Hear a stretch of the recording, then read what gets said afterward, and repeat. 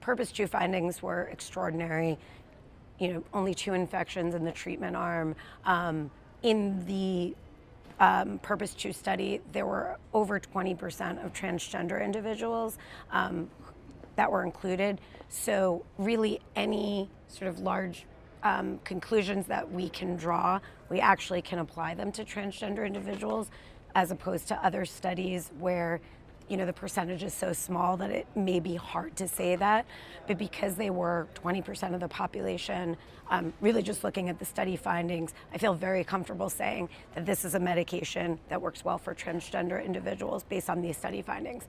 Now, more specifically to the question of those who use gender-affirming hormone therapy, we did this sub-study which showed that there was no effect of the lenacapavir on either estrogen-containing or testosterone-containing regimens, no decrement in estradiol or testosterone levels, which suggests that the hormones work just as well in people taking lenacapavir with no dose adjustment.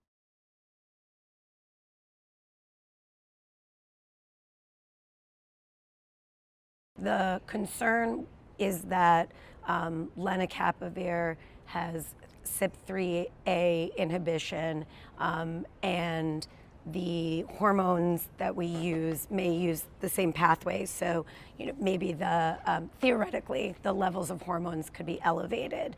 I always, as someone who sees patients wouldn't care if their hormone levels were higher. We as providers would be concerned about that. So this is an interesting one in which I think the concern is probably a little bit more on the medical side of not wanting to raise levels. And that's very reassuring that that our data shows that the levels did not need, were not elevated, don't need to be adjusted.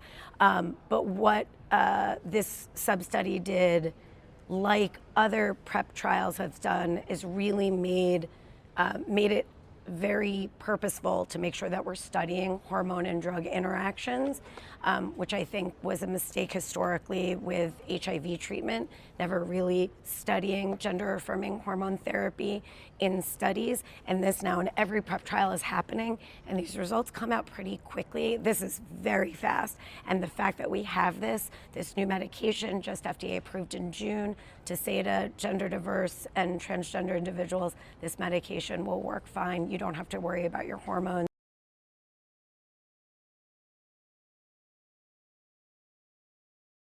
This was a very thoughtful, purposeful study where I'd never been involved in a study that had site-specific enrollment goals.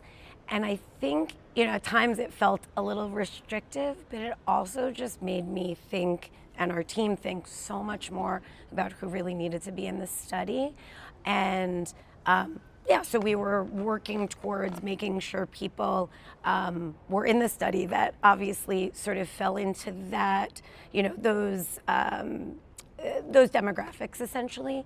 But I would also say, since that study, I think a lot of us are thinking about trials more that way. There definitely have been studies in the past where we know those demographics were not adequately enrolled, and sometimes that has to do with, the faster the enrollment happens, the quicker you get to the data results, or quicker you get the data, the faster you get the results. But if you're thoughtful about it, you actually are including the people that need to be in it. And I think it's such an important lesson going forward, just thinking about study design and who you want in your studies, and there are ways to do it.